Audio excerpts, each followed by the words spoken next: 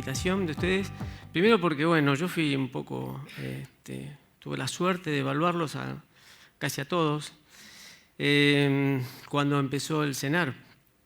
Curiosamente, junto con el profesor Luis Barrionuevo, fuimos los que le pusimos el nombre al CENAR, ¿no? Se llamaba Sedena. Bueno, yo voy a hablar de algo relacionado con la recuperación, ya que todos ustedes son locos, entonces como para que les sirva de un poquito de orientación. Por eso tomé las últimas 3 diapositivas para que de alguna manera sirva como guía. Después tienen la presentación completa si ustedes quieren. Entonces, a este deporte o este tipo de recreación, esto es alto rendimiento, especialmente después de los 20 kilómetros, hay muchas cosas que hay que tener presente. ¿Por qué? Porque evidentemente cuando hay un esfuerzo de semejantes características, donde durante la semana ustedes corren varias maratones, entonces es muy interesante que cada uno de nosotros podamos tomar algunas, digamos, recomendaciones para tratar de evitar lesiones, prevenir. En este caso, llegar con un buen rendimiento a la carrera y después de la carrera, cómo recuperarnos. Controlarse el peso es muy importante, antes y después la balanza. ¿Por qué? Porque si yo hoy peso 70 kilos, por supuesto que no, ni loco, ¿no? Pero si yo peso 70 kilos y después de un entrenamiento peso 69, quiere decir que perdí 1 litro, 1 kilo. Yo tengo que recuperar en el término de 4 a 6 horas el equivalente a 1,5 litros, es decir, siempre el 50% más de lo que pierdo. Eso es muy importante para mantener una buena hidratación. Beber durante el ejercicio, es decir, que no hay que esperar a tener sensación de sed, porque la sensación de sed empieza cuando uno ya realmente perdió más del 2 al 3% del peso corporal. Entonces hay que beber antes, empezar a beber antes. Ingerir sodio también durante el ejercicio, no solamente agua. Hay algunos que toman muchísima agua durante todas las semanas y están con la botellita, especialmente las mujeres. Bueno, en el gimnasio también, y resulta que en las maratones, después, o en las carreras de larga duración, solamente agua. Y bueno, son los que realmente tienen, lamentablemente hay muchos casos en las últimas maratones, de muerte por hiponatremia, o sea, por el descenso, por intoxicación por agua. Entonces, eso sucede, es algo que lamentablemente es frecuente, ver no solamente las muertes por golpe de calor, sino también por falta de sodio, por hiponatremia. Además, el sodio es muy importante porque es una de las causas, la falta de sodio es causa de calambres.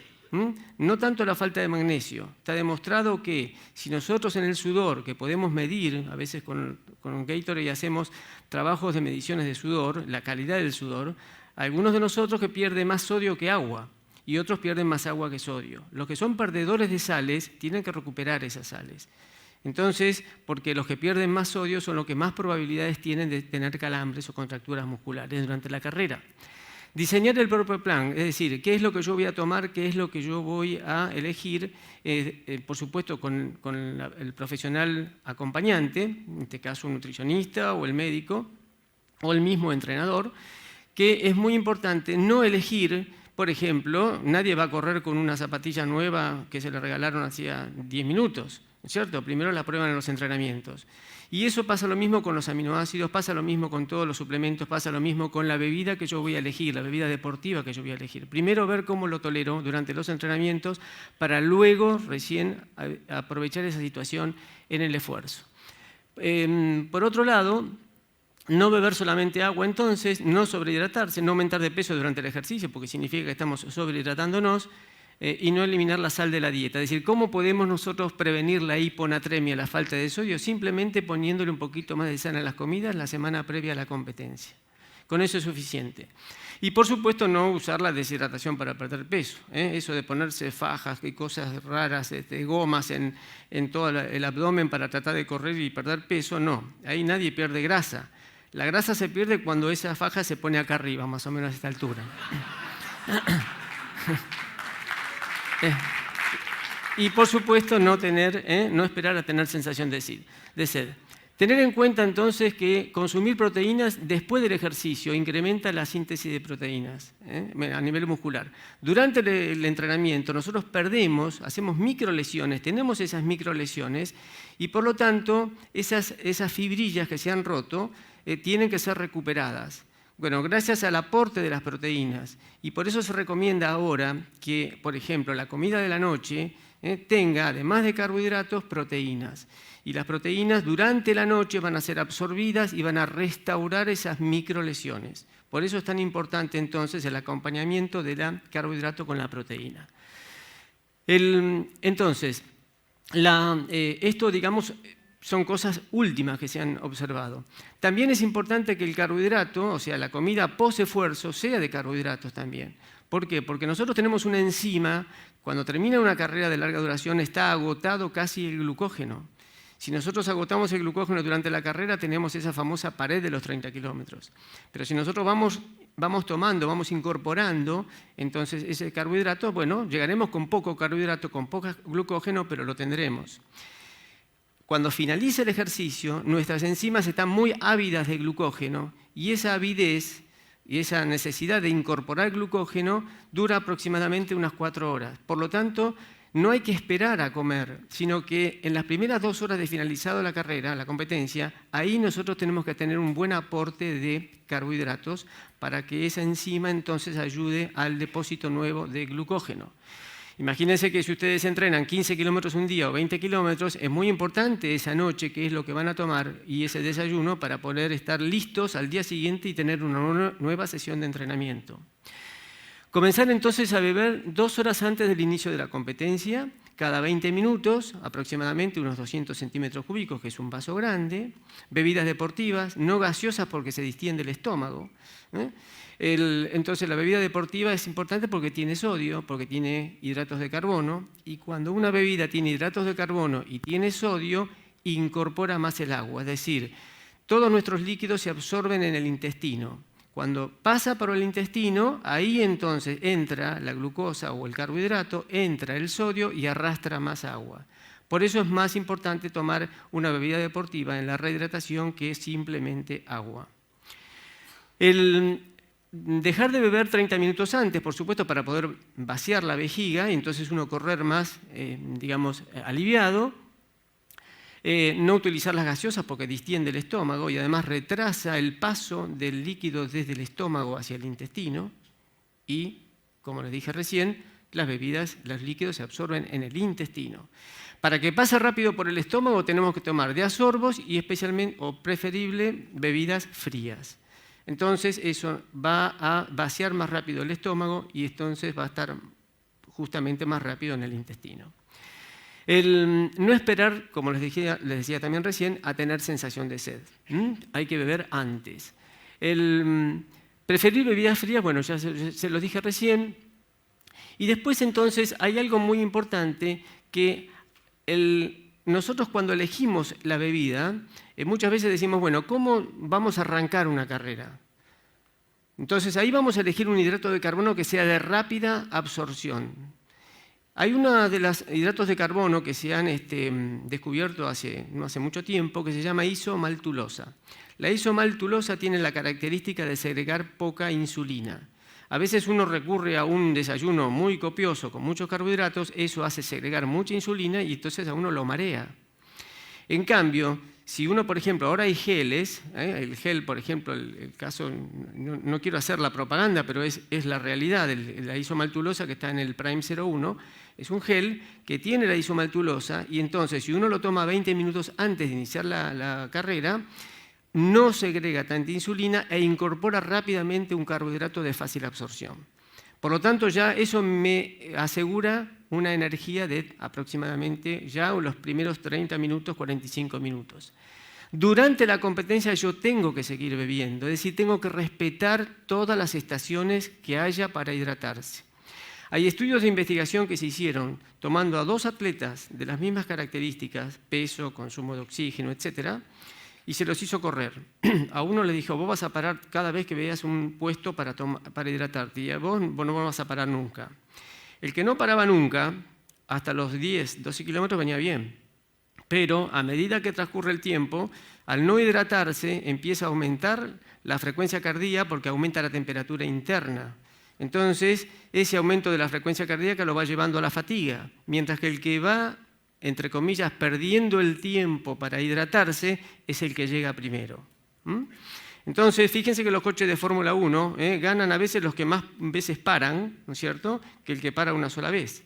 porque bueno, recupera mucho durante digamos, ese momento que tienen para, digamos, en este caso, la rehidratación.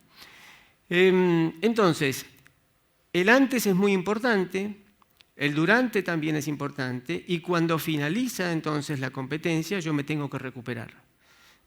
Ningún coche de Fórmula 1 es el mismo después de finalizada la carrera para cuando comience la otra. Entonces, lo que nosotros necesitamos es, bueno, ¿cómo está nuestro organismo para ahora ponerlo en condiciones para que vuelva lentamente a tener entonces las condiciones anteriores?